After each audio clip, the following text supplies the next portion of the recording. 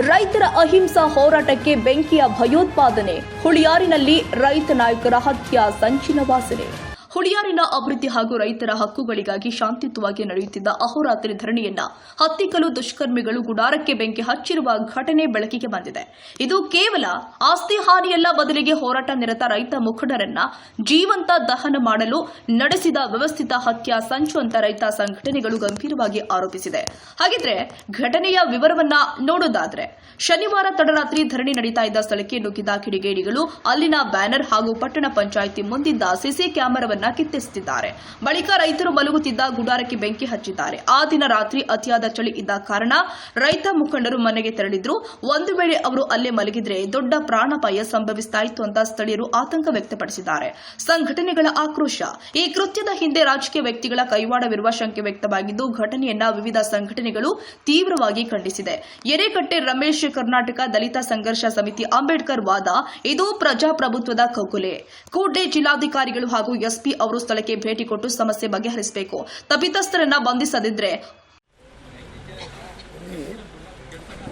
ನಾವು ಹುಳಿಯಾರು ಪಟ್ಟಣದ ಅಭಿವೃದ್ಧಿಗೋಸ್ಕರವಾಗಿ ಅಹೋರಾತ್ರಿ ಚಳುವಳಿ ಇಟ್ಟು ಇವತ್ತಿಗೆ 87 ದಿನ ಕಾಲಿಟ್ಟಂಥ ಸಂದರ್ಭದಲ್ಲಿ ನಾವು ನೈಟು ಶೆಡ್ಡೊಳಗೆ ಮಲ್ಕಂತಿದ್ದು.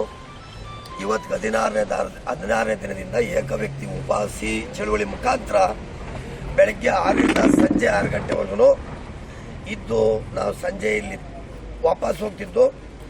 ದುಷ್ಕರ್ಮಿಗಳು ರೈತ ಸಂಘ ಹಿಮ್ಮೆಟ್ಟಿಸೋದಕ್ಕೋಸ್ಕರವಾಗಿ ಇವತ್ತು ನಾವು ಇದೀವಿ ಅನ್ನತಕ್ಕಂಥ ತಿಳ್ಕೊಂಡೆ ಅವರು ಈ ಶೆಡ್ಡಿಗೆ ಬೆಂಕಿ ಇಕ್ಕಿ ನಮ್ಮನ್ನು ಹತ್ಯೆ ಮಾಡೋಕ್ಕೆ ಅವರು ಸಂಚು ರೂಪಿಸಿದ್ದಾರೆ ಅಂತ ನನ್ನ ಮನಸ್ಸು ಹೇಳುತ್ತೆ.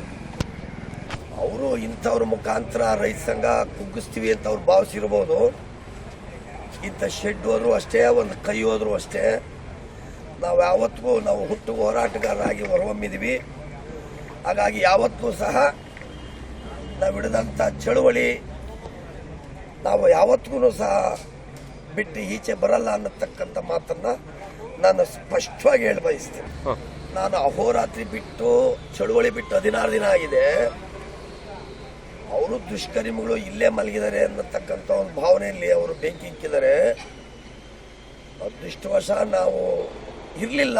ಹಾಗಾಗಿ ಆ ದುಷ್ಕರ್ಮಿಗಳಿಂದ ನಾವು ಪಾರಾಗಿದ್ದೀವಿ ಅನಿಸುತ್ತೆ.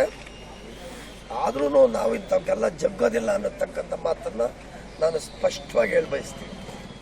ಕೂಡಲೇ ಜಿಲ್ಲಾಧಿಕಾರಿಗಳು ಹಾಗೂ ಎಸ್ಪಿ ಅವರು ಸ್ಥಳಕ್ಕೆ ಭೇಟಿ ಕೊಟ್ಟು ಸಮಸ್ಯೆ ಬಗೆಹರಿಸಬೇಕು. ತಪ್ಪಿತಸ್ಥರನ್ನ ಬಂಧಿಸದಿದ್ರೆ ಉಗ್ರ ಕಾನೂನು ಹೋರಾಟ ಮಾಡಲಾಗಿದೆ ಅಂತ ಎಚ್ಚರಿಸಿದ್ದಾರೆ. ಬಳಿಕ ಹೊಸಳ್ಳಿ ಚಂದ್ರಣ್ಣ, ರೈತ ಸಂಘದ ಮುಖಂಡರು ಮಾತನಾಡಿ, ಇದು ಪ್ರಾಮಾಣಿಕ ಹೋರಾಟವನ್ನ ಮುಗಿಸಲು ನಡೆದ ಪ್ರಯತ್ನದ ಎಚ್ಚರಿಕೆ ಗಂಟೆ.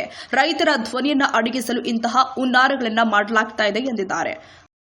ನಮಸ್ಕಾರ ಬಂಧುಗಳೇ, ನಾನು ಜೆಬಿಎಂ ಛಲವಾದಿ ಮಹಾಸಭಾದ ರಾಜ್ಯ ಪ್ರಧಾನ ಕಾರ್ಯದರ್ಶಿ ಆನಂದ್ ಆಶಿಯಾಲ್ ಮಾತಾಡ್ತಾ ಇದ್ದೀನಿ.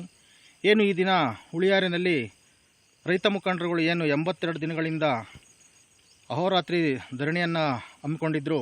ಹುಳಿಯಾರಿನ ಮೂಲಭೂತ ಸಮಸ್ಯೆಗಳು ಮತ್ತು ಸಂತೆ ಬೀದಿ ಸ್ಥಳಾಂತರ ಮತ್ತು ಘನತ್ಯಾಜ್ಯ ವಿಲೇವಾರಿ ಸಮಸ್ಯೆಗೆ ಸಂಬಂಧಪಟ್ಟಂತೆ ಹೋರಾಟ ಹಮ್ಮಿಕೊಂಡಿದ್ದರು. ಈ ಒಂದು ಹೋರಾಟದ ಧರಣಿಯ ಜಾಗಕ್ಕೆ ಏನು ಅವಿವೇಕಿ ಕಿಡಿಗೇಡಿಗಳು ಧರಣಿಯ ಜಾಗವನ್ನೇ ಸುಟ್ಟಾಕಿ ಬೆಂಕಿಯನ್ನು ಹಚ್ಚಿ ಅಲ್ಲಿದ್ದ ಬ್ಯಾನರ್ಗಳನ್ನೆಲ್ಲ ಕಿತ್ತಾಕಿ CCTV ಕ್ಯಾಮ್ರಾಗಳನ್ನು ಸುರ ಕಿತ್ತಾಕಿ ಏನು ಧರಣಿ ನಡೆಸ್ತಕ್ಕಂಥ ಶೆಡ್ಡನ್ನು ಬೆಂಕಿ ಮೂಲಕ ಸುಟ್ಟಾಕಿ ಇವತ್ತು ರೈತರ ಇಡೀ ಹೋರಾಟಕ್ಕೆ ಬೆಂಕಿಯನ್ನಿಟ್ಟಿದ್ದಾರೆ. ಈ ಒಂದು ರೈತ ಸಂಘದ ಪರವಾಗಿ ಇಂದಿನಿಂದಲೇ ನಮ್ಮ ಎಲ್ಲ ತಾಲೂಕಿನ ಛಲವಾದಿ ಬಂಧುಗಳು ಮತ್ತು ದಲಿತ ಪರ ಸಂಘಟನೆಗಳು, ದಲಿತ ಸಂಘರ್ಷ ಸಮಿತಿ, ಅಂಬೇಡ್ಕರ್ ವಾದ ಮತ್ತು ಜೈಭೀಮ್ ಛಲವಾದಿ ಮಹಾಸಭಾ ಎಲ್ಲರೂ ಕೂಡ ನಾವು ಇಂದಿನಿಂದಲೇ ಈ ಕ್ಷಣದಿಂದಲೇ ರೈತರ ಪರವಾಗಿ ಹೋರಾಟಕ್ಕೆ ಇಳಿತಾ ಇದ್ದೀವಿ. ಈ ಒಂದು ಘಟನೆ ಇಡೀ ನಮ್ಮ ತಾಲೂಕಿನ ಆಡಳಿತ ಮತ್ತು ಕಾನೂನು ವ್ಯವಸ್ಥೆ ತಲೆತಗ್ಗಿಸುವಂತಾಗಿದೆ.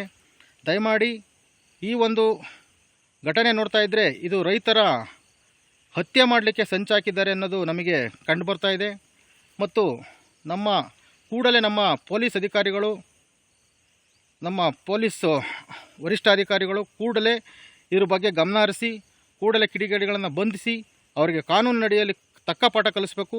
ಇಲ್ಲ ಅಂದರೆ ಇಂದಿನಿಂದಲೇ ಈ ಒಂದು ಹೋರಾಟ ತೀವ್ರ ರೂಪವನ್ನು ತಾಳುತ್ತೆ ಅಂತ ಹೇಳ್ತಾ ನಾನು 2 ಮಾತು ಮುಗಿಸ್ತಾ ಇದ್ದೀನಿ. ಜೈ ಭೀಮ್ ಬಂಧುಗಳೇ. ಬಳಿಕ ಆನಂದ ಆಶ್ರಿಹಾಲ್ ಛಲವಾದಿ ಮಹಾಸಭಾ ಪ್ರಧಾನ ಕಾರ್ಯದರ್ಶಿ ಮಾತನಾಡಿ, ಬೆಂಕಿ ಇಟ್ಟವರನ್ನ ತಕ್ಷಣ ಬಂಧಿಸಬೇಕು ಮತ್ತು ಜಿಲ್ಲಾಧಿಕಾರಿಗಳು ಮಧ್ಯ ಪ್ರವೇಶಿಸಬೇಕು ಅಂತ ಒತ್ತಾಯಿಸಿದರು. ಸ್ಥಳೀಯ ಪೊಲೀಸ್ ಠಾಣೆಯಲ್ಲಿ ದೂರು ದಾಖಲಾಗಿದ್ದು ತನಿಖೆ ನಡೀತಾ ಇದೆ. ಆದರೆ ಈ ಘಟನೆಯು ಸಾರ್ವಜನಿಕ ವಲಯದಲ್ಲಿ ವ್ಯಾಪಕ ಚರ್ಚೆಗೆ ಕಾರಣವಾಗಿದ್ದು, ಹೋರಾಟಗಾರರಿಗೆ 24 ಗಂಟೆ ಪೊಲೀಸ್ ರಕ್ಷಣೆ ಕೊಡಬೇಕು ಎಂಬ ಆಗ್ರಹ ಬಲವಾಗಿದೆ.